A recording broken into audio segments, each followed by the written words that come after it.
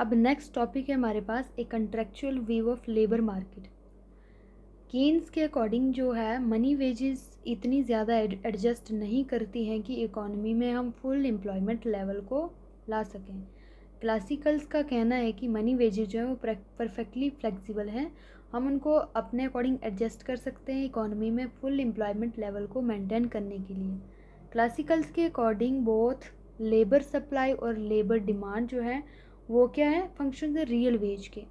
और real veg का formula क्या है, real veg equals money wages upon price. ठीक है, क्लासिकल्स के अकॉर्डिंग डिमांड और सप्लाई दोनों फंक्शन है रियल वेज के, और उनका इंटरसेक्शन पॉइंट हमारे पास फाइंड आउट करके लाता है इक्विलिब्रियम रियल वेज और लेवल ऑफ एम्प्लॉयमेंट।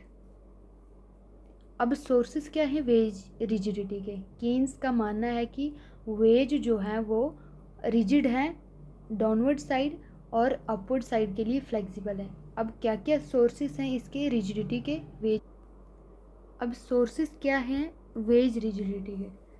केन्स के अकॉर्डिंग वेज जो है not quickly adjust specially in downward direction, मतलब वेजेस डाउनवर्ड डायरेक्शन में क्विकली एडजस्ट नहीं होती हैं।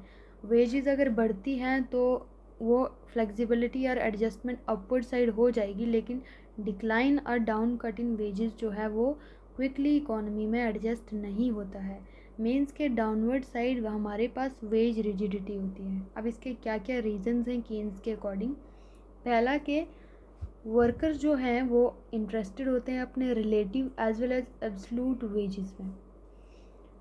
हमारे पास वेज डिफरेंशियल्स होते हैं जो एग्जिस्ट करते हैं इन मार्केट में based on different works and skills. Wage differential होते हैं, फॉर एग्जांपल डिफरेंट स्किल्स के पर्सन्स हैं तो उनकी वेजेस जो है वो ऑब्वियसली डिफरेंट होंगी।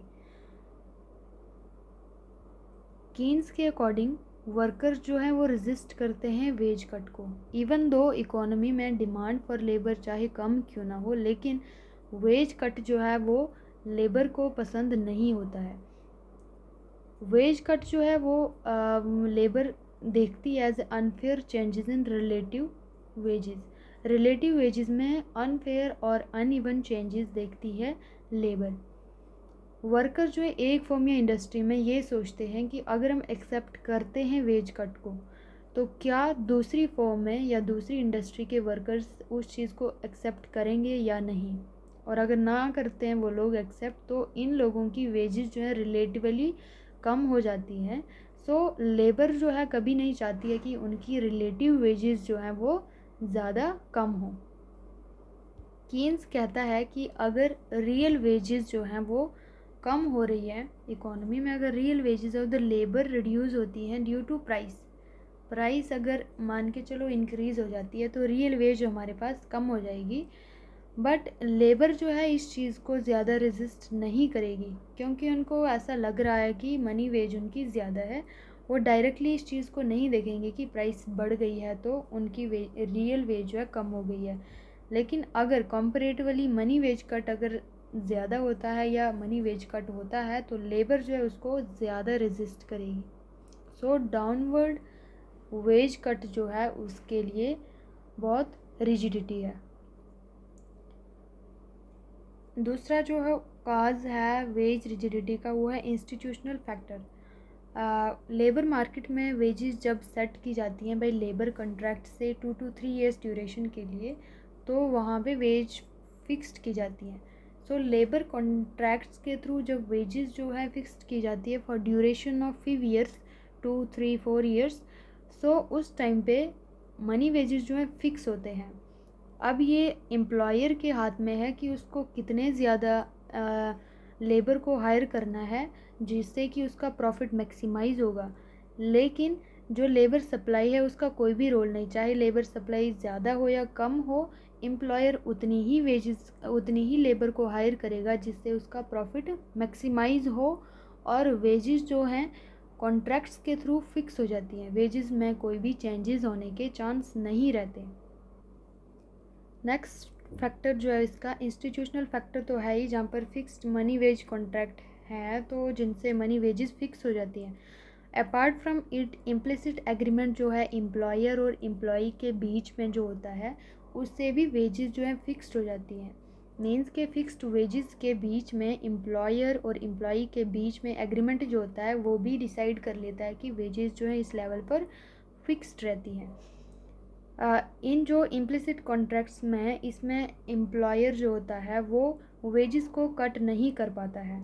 इसका रीज़न क्या है? ऑल्दो एम्प्लॉयर के पास चांस है, क्योंकि लेबर सप्लाई इतनी ज़्यादा है, बहुत सारी लेबर लो वेजेस पे भी इवन के वर्क करना चाहती है, लेकिन जो एम्प्लॉयर जो होता है, जो हायर करेगा लेबर को, उसको अपना रेपुटेशन मेंटेन करना होता है, इसीलिए अपने अपने को अवॉइड करता है वेज कट करने से। वेजेस को वो कट नहीं करता है, जिस लेवल पर मार्केट में वेजेस हैं वहीं पे रखता है। इसका ये कारण है कि उसका रेपुटेशन जो है ओवरऑल वो मेंटेन रहेगा, ताकि इन फ्यूचर वो जब न्यू एम्प्लॉयर्स को हायर करेगा तो उसको मिल पाएंगे, ताकि जब वो नई लेबर को हायर करेगा सो ईज़िली उसको अवेलेबल हो पाए। सो ऑलवेज़ एम्प्लॉयर जो है वो चाहता है अपनी रेपुटेशन को मेंटेन करना, जिसके कारण वेजेस को वो कट नहीं करता है, ताकि फ्यूचर में उसको इजीली लेबर मिल पाए।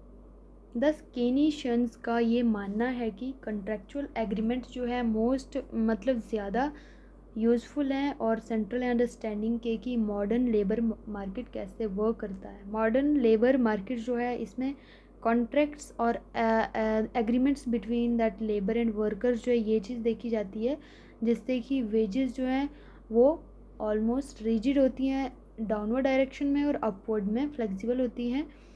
लेकिन क्लासिकल्स का जो इससे कंट्रास्टिंग है कि इट्स लाइक ऑक्शन, जो लोवेस्ट लेगा वेजेस उसको हायर करेंगे, या वेजेस को फ्लेक्सिबल हम डाउनवर्ड साइड भी करेंगे, ताकि हमारा वर्क जो है लोअर कॉस्ट पे भी होगा। ऐसा नहीं होगा। कीन्स के अकॉर्डिंग हमारे पास मॉडर्न लेबर मार्केट जो है वो कॉन्ट्रैक्चुअल वीव के और कॉन्ट्रैक्चुअल एग्रीमेंट्स के अकॉर्डिंग वर्क करेगा। और केनिशंस का ये भी कहना है कि ये एक लॉन्ग रन का रिलेशन होता है एम्प्लॉयर और वर्कर के बीच में। यस, दस केनिशंस के अकॉर्डिंग वेजेस जो हैं वो रिजिड हैं due to important these reasons. Likewise relative and absolute wages का जो डिफरेंस वर्कर्स देख पाते हैं वो। और नेक्स्ट वन इंस्टीट्यूशनल फैक्टर, जो कि मनी वेज का कॉन्ट्रैक्ट होता है। और थर्ड वन जो है इम्प्लिसिट एग्रीमेंट, एम्प्लॉयर और एम्प्लॉई के बीच में जो ऑटोमेटिकली बन जाता है जब उनको डिसाइड करना होता है किसी वर्क की वेजेस को लेकर के। सो डाउनवर्ड डायरेक्शन में वेजेस और रिजिड